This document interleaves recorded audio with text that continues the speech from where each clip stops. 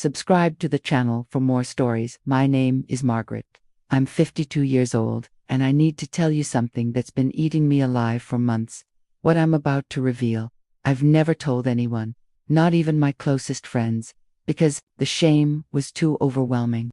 I raised my son David completely alone from the time he was 3 years old. His father left us with nothing but empty promises and unpaid bills. So it was just me and my little boy against the world for 15 long years. I worked 2 jobs to give him everything I never had.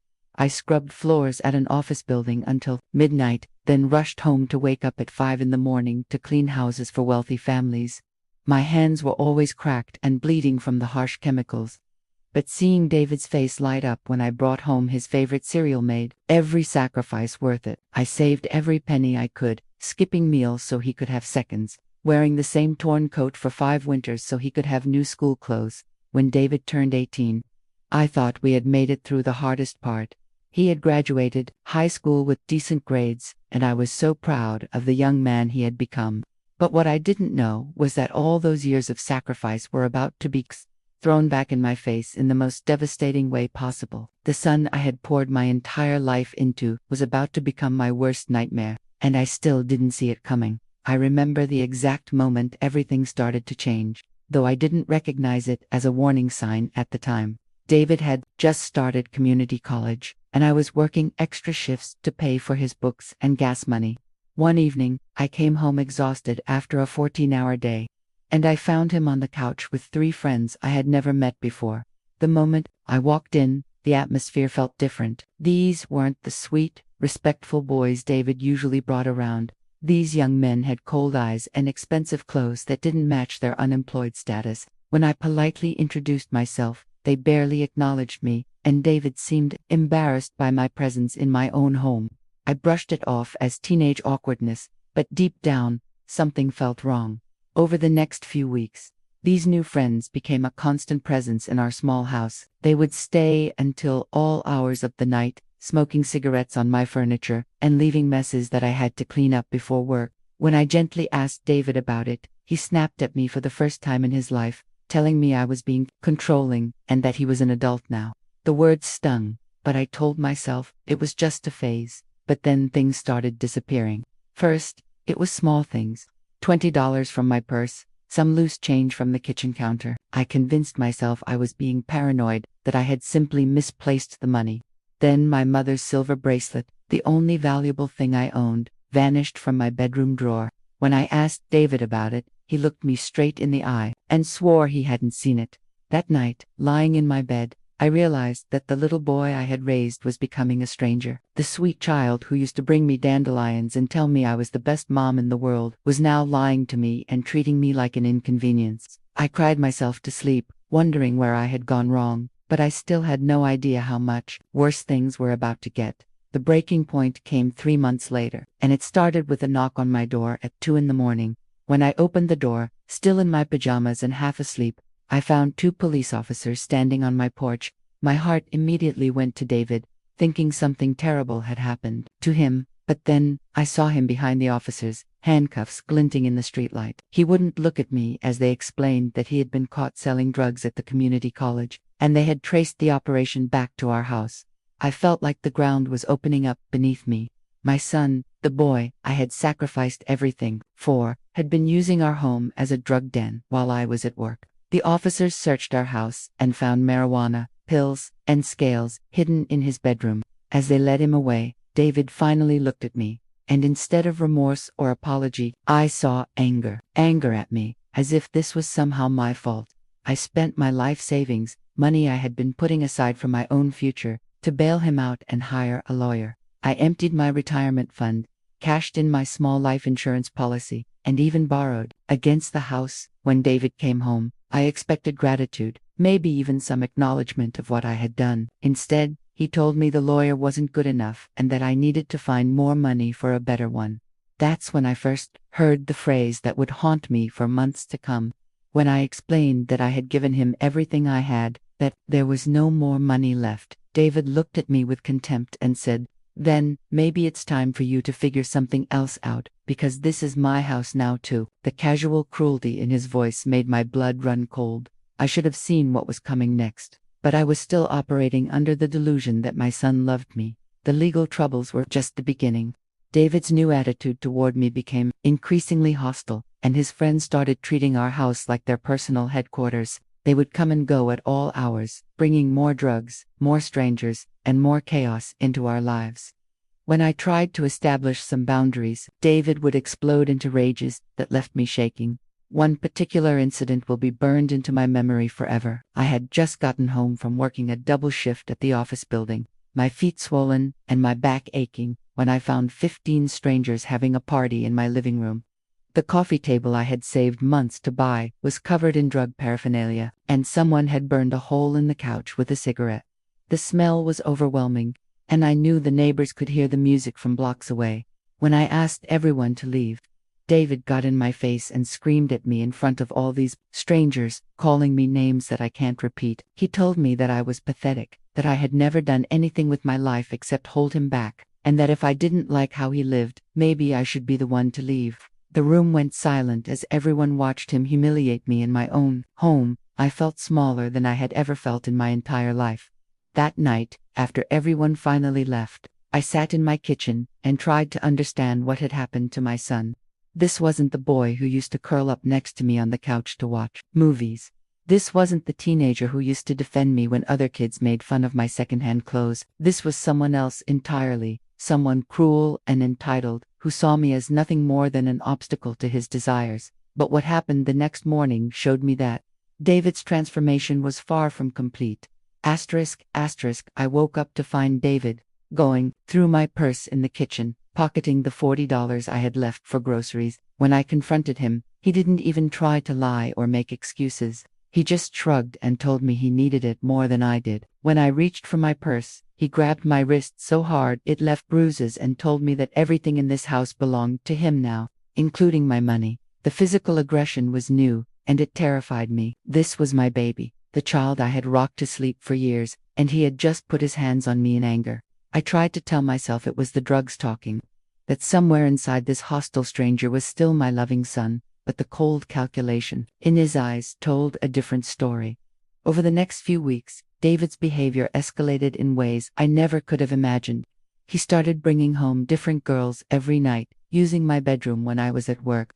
I would come home to find my personal belongings scattered on the floor and my bed unmade. When I objected, he told me that since he was paying for his own legal troubles, he deserved to use the house however he wanted. The irony was devastating. I had paid for everything, sacrificed everything, and somehow he had convinced himself that he was the one making sacrifices. He began treating me like a servant in my own home, demanding that I cook for his friends, clean up their messes, and stay out of their way when they wanted to use the living room. If I didn't comply immediately, he would threaten to leave. Knowing that despite everything, I still couldn't bear the thought of losing him completely. I was walking on eggshells in my own house, afraid to speak, afraid to exist in spaces I had worked so hard to provide. But I still didn't understand that this was all building toward something much worse. The final escalation began with a phone call that changed everything. David's drug charges had been upgraded to felony distribution, and his lawyer said he needed $50,000 for a proper defense, or David would likely go to prison for 5 to 10 years. The number hit me like a physical blow. Even if I sold everything I owned, I couldn't come up with that kind of money. When I explained this to David, his reaction was unlike anything I had ever seen from him. He flew into a rage that lasted for hours, screaming at me, throwing things, and punching holes in the walls. He called me worthless, useless, and told me that any real mother would find a way to save her son. He said I was selfish for not doing whatever it took, even if it meant selling the house, my house, the one I had worked myself into the ground to buy, the only security I had ever known. David wanted me to sell it to pay for his legal defense, leaving both of us homeless, just so he could avoid the consequences of his own choices. When I tried to explain that we would have nowhere to live, he looked at me with pure hatred and said, "That sounds like your problem, not mine." That night, I lay awake staring at the ceiling, trying to process what my life had become. The son I had devoted everything to was now demanding that I sacrifice my home, my security, my future, all to clean up a mess he had made. Every sacrifice I had ever made for him suddenly felt meaningless. Every sleepless night working to provide for him now seemed like a cruel joke. But David wasn't done with his demands. What he proposed next would destroy the last shred of respect I had for the child I had raised. The next morning, David presented me with what he called a solution. He had been talking to his friends, and they had come up with a plan. Instead of selling the house, I could take out a second mortgage and give him the money. When I explained that I couldn't qualify for a loan on my income, especially with the house already mortgaged, he had an answer for that too. His friend Marcus had connections with people who made alternative loans that didn't require traditional credit checks or income verification. All I had to do was sign some papers, and we could have the money within a week. The way David described it, these people were just investors who understood that desperate situations required creative solutions. Every instinct I had told me this was dangerous. But David wore me down with hours of manipulation and emotional blackmail. He cried. He apologized for how he had been treating me. He promised that once this legal trouble was behind him, he would get his life together and take care of me the way I had taken care of him. He painted a picture of us as a team, again, working together to overcome this obstacle. Against my better judgment, I agreed to meet with Marcus's contacts. The meeting took place in a dingy office that smelled like cigarettes and fear. And the men who presented the loan documents had cold eyes and expensive suits that didn't quite hide the menace beneath. They spoke in gentle voices about helping families in crisis, but their contract was full of terms I didn't understand and interest rates that made my stomach turn. I should have walked away. Every fiber of my being was screaming at me to leave. But David was there, holding my hand, telling me how grateful he was and how this would save both of us.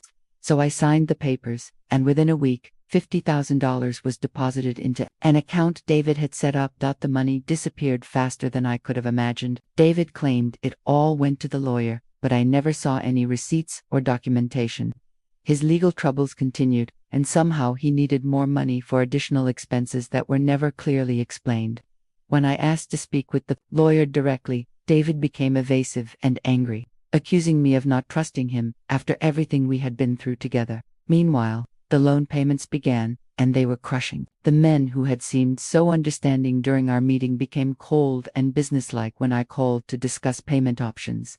The contract I had signed apparently had clauses that allowed them to demand full payment at any time, and the interest was compounding daily. Within 2 months, I owed more than I had originally borrowed. I was working 3 jobs now, sleeping less than 4 hours a night, and still falling behind on the payments. My health began to deteriorate from the stress and exhaustion, but every time I tried to talk to David about our situation, he would become defensive and blame me for not working hard enough.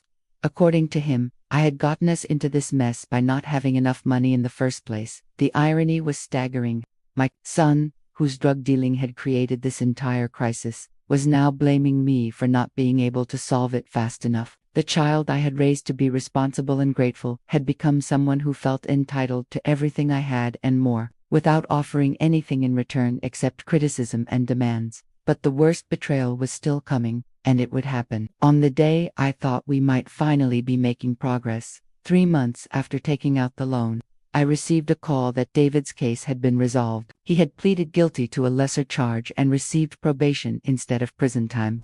I was so relieved that I cried at work, thinking that finally, we could start rebuilding our relationship and our lives. When I got home that evening, I expected to find David grateful, maybe even remorseful, about what we had been through together. Instead, I found him packing his belongings into garbage bags while his friends loaded boxes into a truck parked outside.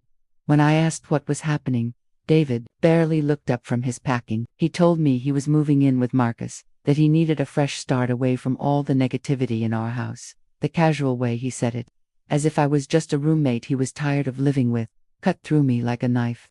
I asked him about the loan, about the payments I was struggling to make, about the fact that I had risked everything to keep him out of prison. David shrugged and told me that was my choice, and that he had never asked me to take on debt for him. The gaslighting was so complete, so audacious, that I actually questioned my own memory for a moment. Had I imagined his tears, his promises, his manipulation?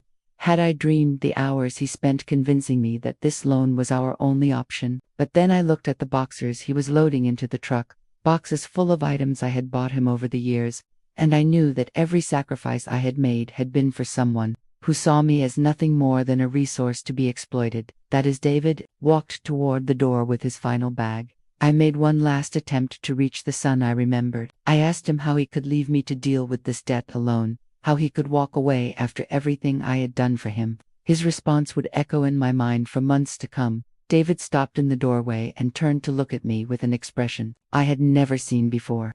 It was contempt mixed with something that looked almost like pity. He told me that I had made my own choices, that nobody had forced me to be a single mother, and that it wasn't his responsibility to take care of me just because I had decided to take care of him. The coldness in his voice was unlike anything I had ever heard from him. This wasn't anger or frustration. This was calculated cruelty from someone who had clearly been thinking about this moment for a long time.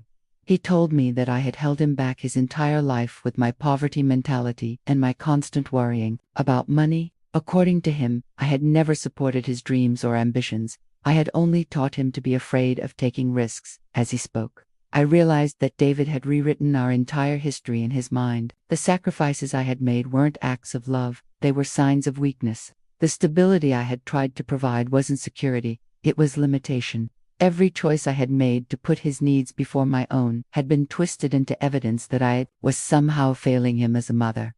When I tried to remind him of specific moments, specific sacrifices, specific times when I had chosen his happiness over my own comfort, he dismissed them all as things any parent would do. In his mind, my extraordinary efforts were ordinary expectations, and my love was just another form of control. He had convinced himself that he was the victim in our relationship, and I was the oppressor who owed him everything. As he walked out the door for what I didn't know would be the last time, he delivered a final blow that would haunt me for months. "You know what your problem is, Mom," David said as he paused by the truck.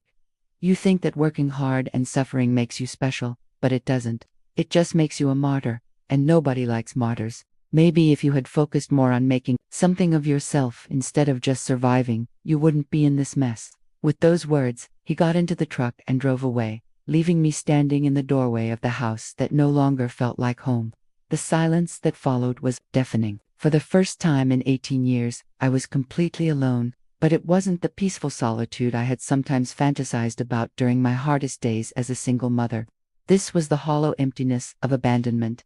The loan payments continued to crush me financially, and within 6 months, I was facing foreclosure.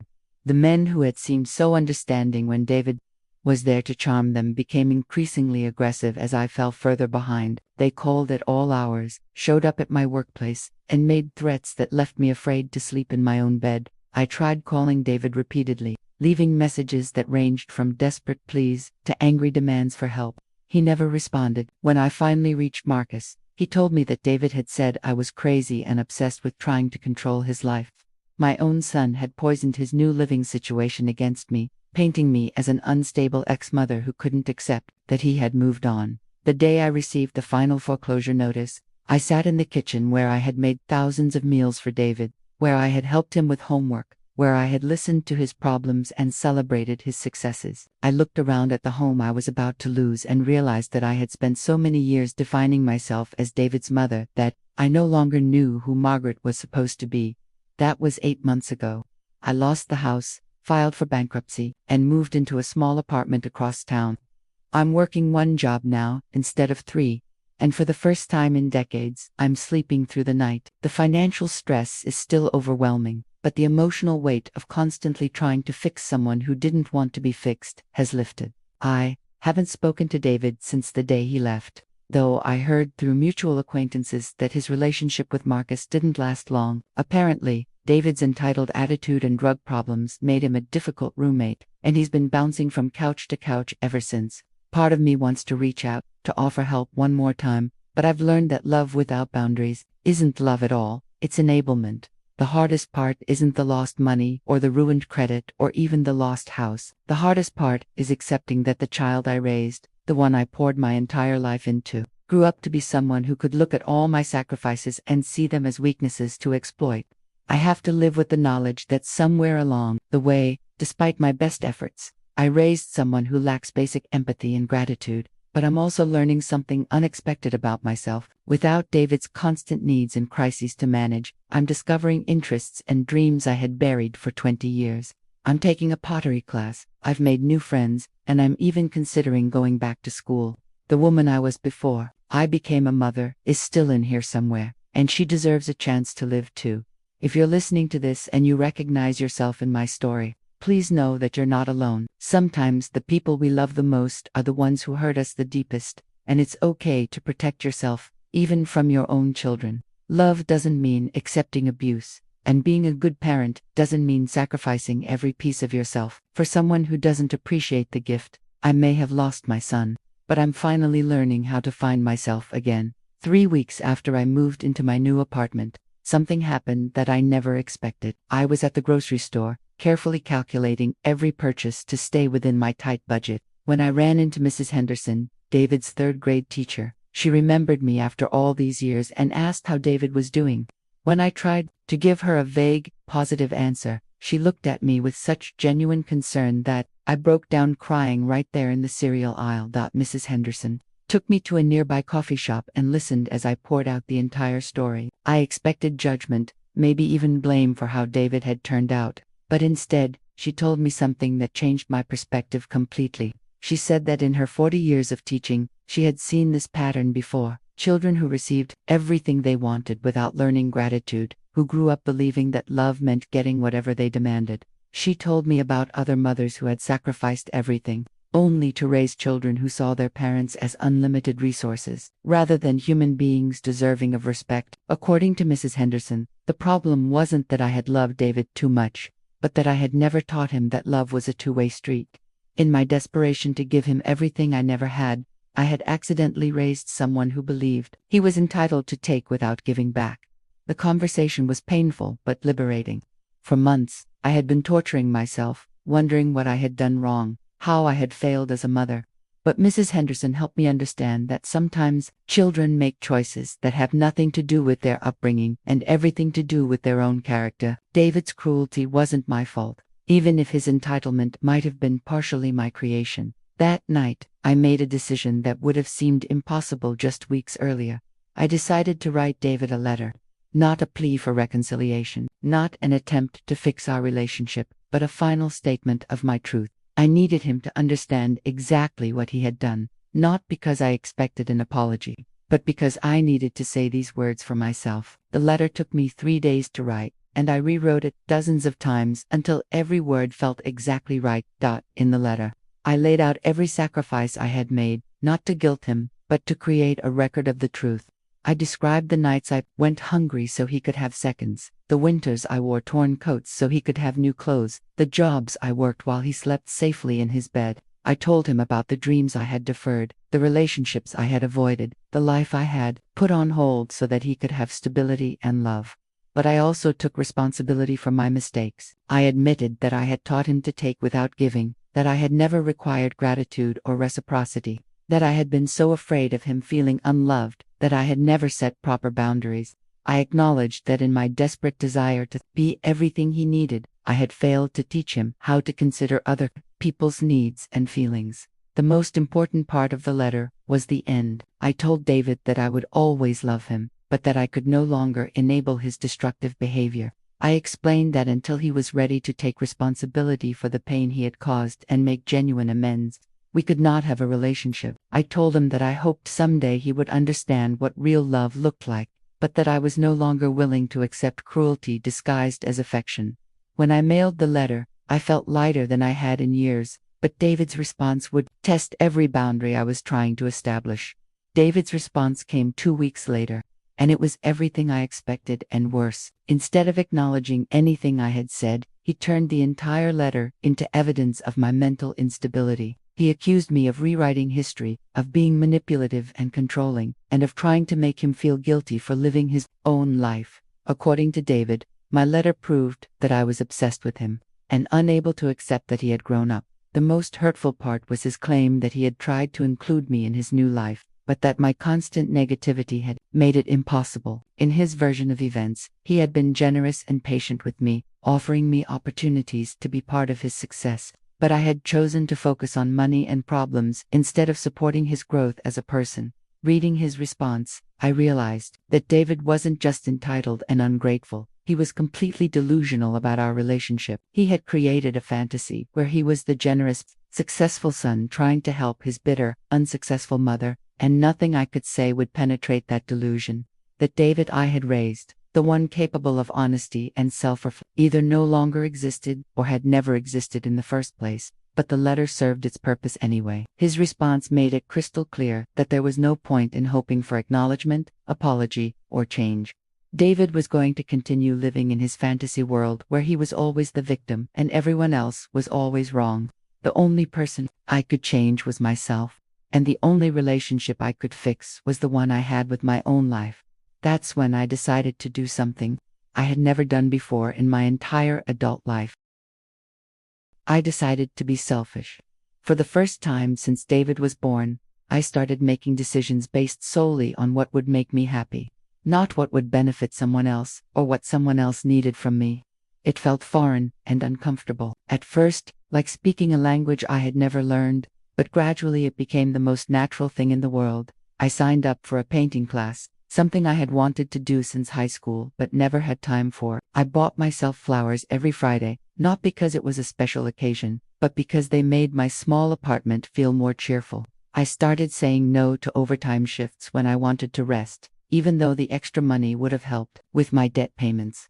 Most importantly, I started making friends my own age for the first time in decades. During David's childhood, I had been too busy working and parenting to maintain adult friendships. The few relationships I had were with other single mothers, and we usually spent our time talking about our children rather than ourselves.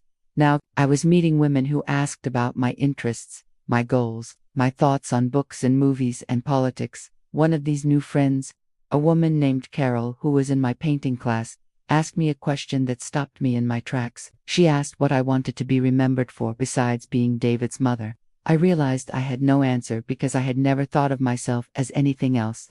For 20 years, my identity had been completely wrapped up in my child, and now that he was gone, I had to figure out who Margaret actually was. The process of rediscovering myself was harder than I expected, but it was also the most rewarding thing I had ever done. 6 months into my new life, I received unexpected news that tested everything I had learned about boundaries and Marcus called me, which was shocking since David had specifically asked him to cut off contact with me. Marcus told me that David was in trouble again. This time, he owed money to dangerous people, and his life might actually be in danger if he couldn't pay them back. According to Marcus, David had been dealing drugs again, but this time with suppliers who didn't mess around when it came to collecting debts. David owed them $15,000, and they had already beaten him up once as a warning. Marcus said David was too proud to call me himself, but that he was desperate and needed help. The old Margaret would have immediately started figuring out how to get the money, even if it meant destroying what was left of my financial stability. But the new Margaret asked different questions. I asked Marcus why David couldn't get the money from his other friends, from his new girlfriend, from the people who had benefited from his drug dealing. I asked why this was my emergency, when David had made it clear that I was no longer part of his life. Most importantly, I asked Marcus what David was offering in return, what amends, what apologies, what changes in behavior would come with my help. Marcus had no good answers to any of these questions. He tried to guilt me by saying that David could be seriously hurt or killed, and that I would have to live with that knowledge for the rest of my life. He told me that whatever problems David and I had were between us, but that his safety should transcend our personal issues. For a moment, I wavered, feeling the familiar pull of maternal responsibility and fear. But then, I remembered something Mrs. Henderson had said about enabling versus helping. Mrs. Henderson had explained the difference between helping someone in crisis and enabling someone's destructive patterns. Help involves supporting someone who is making genuine efforts to change and improve their situation. Enabling involves rescuing someone from the consequences of their choices without requiring any accountability or growth. Every time I had helped David in the past, I had actually been enabling him to continue making the same destructive decisions. I told Marcus that I was sorry David was in danger, but that this was a problem David had created and would have to solve himself. I explained that I had already sacrificed my home, my savings, and my security for David's previous legal troubles, and that I would not destroy what was left of my life to fix another mess he had made. Marcus became angry and accused me of being heartless, but I stayed firm in my decision. The hardest part wasn't saying no to Marcus, it was living with the anxiety of not knowing what would happen to David. For weeks, I jumped every time the phone rang, terrified that I would hear news that something terrible had happened to him. I lay awake at night wondering if I was making the right choice, if my commitment to boundaries was worth risking my son's safety. But gradually, I realized that David's safety had never actually been my responsibility. He was a grown man who had made a series of choices that led to dangerous consequences. My job as his mother had been to teach him how to make good decisions, not to protect him from bad ones for the rest of his life. By constantly rescuing him, I had actually prevented him from learning how to rescue himself.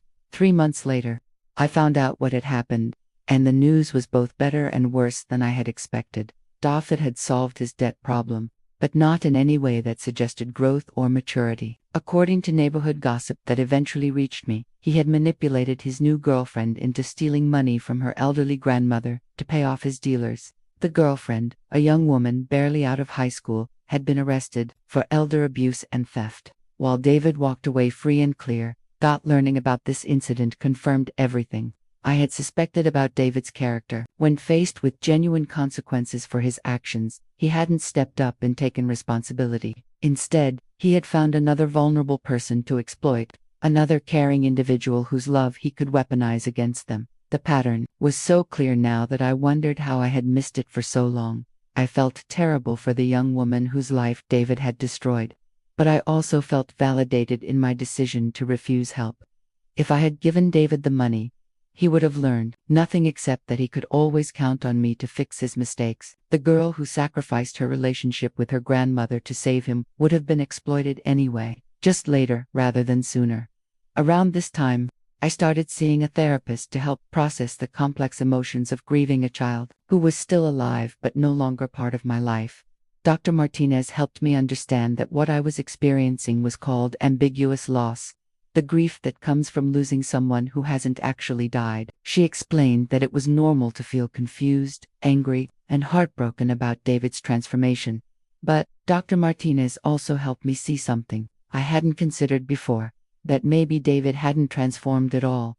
During one of our sessions, Dr. Martinez asked me to think about David's behavior patterns throughout his childhood, not just the obvious kindness and affection, but the subtler signs of how he handled disappointment, sharing, and other people's needs. As I reflected honestly on his early years, I began to see troubling patterns that I had dismissed or rationalized at the time. David had always been charming with adults, but often cruel to other children when he thought no one was watching. He had been generous with things that didn't matter to him, but possessive and manipulative when it came to things he wanted. He had learned early how to use tears and apologies to get out of trouble, but his behavior never actually changed after these emotional displays. Even his apparent gratitude for my sacrifices had been performative. He would thank me effusively for working extra jobs or going without things I needed, but he never offered to help ease my burden or suggested that maybe we could both sacrifice a little instead of me sacrificing everything. His appreciation had been the appreciation of someone receiving a service, not the gratitude of someone recognizing genuine love and sacrifice. Dr. Martinez helped me understand that some children are born with limited empathy, and that no amount of love or good parenting can create empathy in someone who fundamentally lacks the capacity for it. She explained that I could have been the perfect mother, could have set better boundaries, could have required more gratitude, and David still might have grown up to be someone who saw other people as resources rather than human beings. This realization was both devastating and liberating. Devastating because it meant that the sweet, loving child I remembered might have been largely an illusion, a performance designed to get what he needed from me. But liberating because it meant that David's cruelty wasn't evidence of my failure as a mother, it was evidence of who he had always been underneath the charm. The weeks following this revelation in therapy were some of the most emotionally turbulent of my entire recovery process. I found myself re-examining every memory I had of David's childhood, looking for clues I had missed, signs I had rationalized away.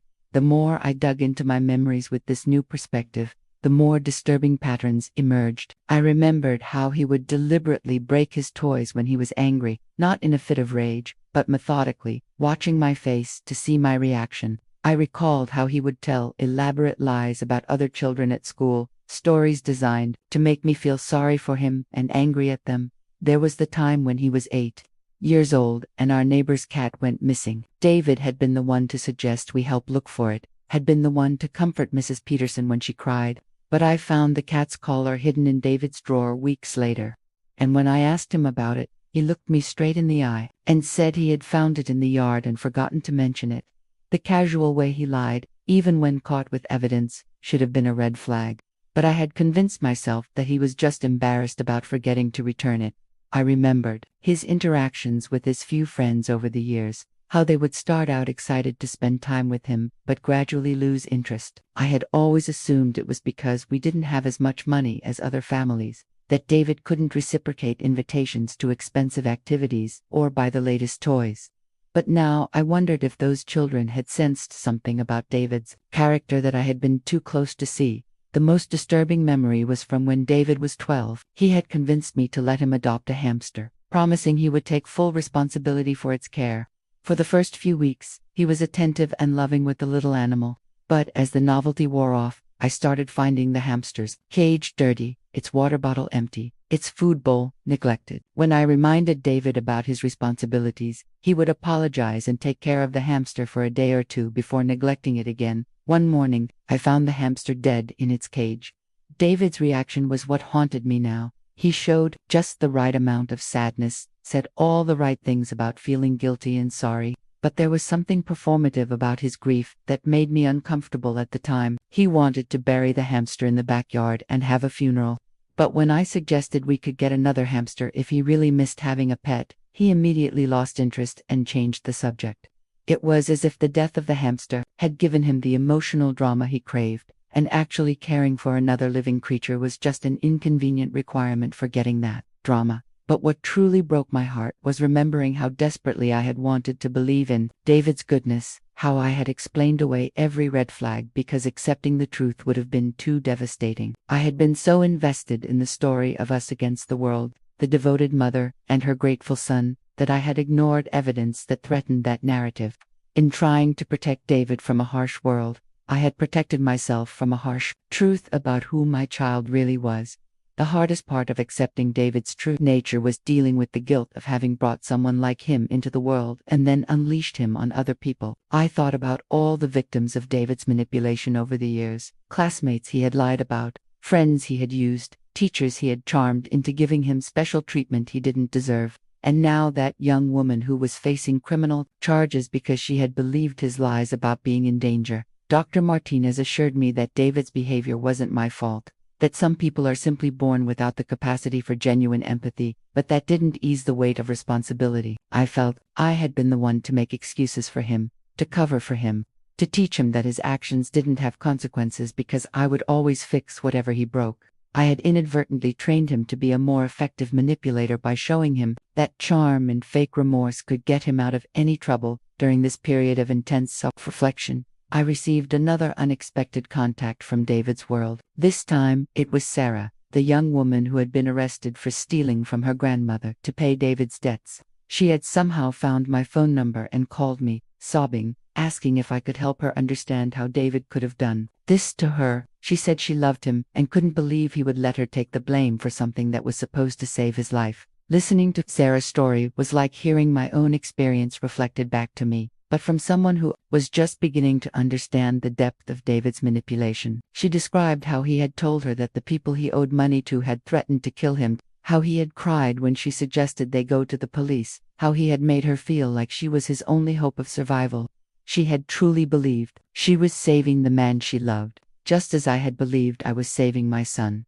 The most heartbreaking part of Sarah's call was when she asked me if David had ever really loved her, if any of their relationship had been genuine, or if she had just been useful to him. I found myself wanting to comfort her with lies, to tell her that David was capable of love but had just made bad choices. But I realized that protecting Sarah from the truth would be doing to her what I had done to myself for years, choosing a comforting delusion over painful reality. So I told Sarah the truth, as gently as I could. I explained that David was very good at mimicking love, at saying and doing the things that made people feel cherished and important, but that his version of love was always conditional on what he could get from the relationship.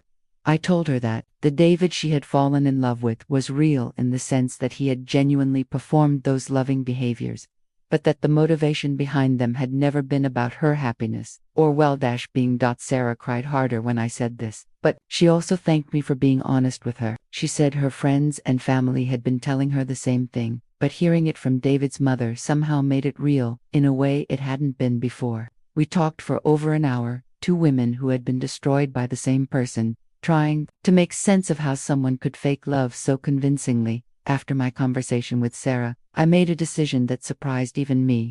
I decided to reach out to other people who had been hurt by David over the years, not to apologize on his behalf, but to bear witness to their experiences and validate their pain. I tracked down some of his former friends through social media, contacted a few teachers who had dealt with his behavioral issues, and even spoke with our old neighbors who had experienced his lies and manipulation firsthand. What I discovered was that David had left a trail of confused and hurt people throughout his entire life.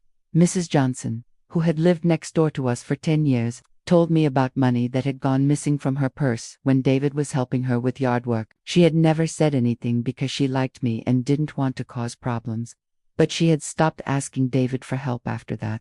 Several of his former teachers described a pattern of charming behavior, followed by lies and manipulation, when he didn't get his way.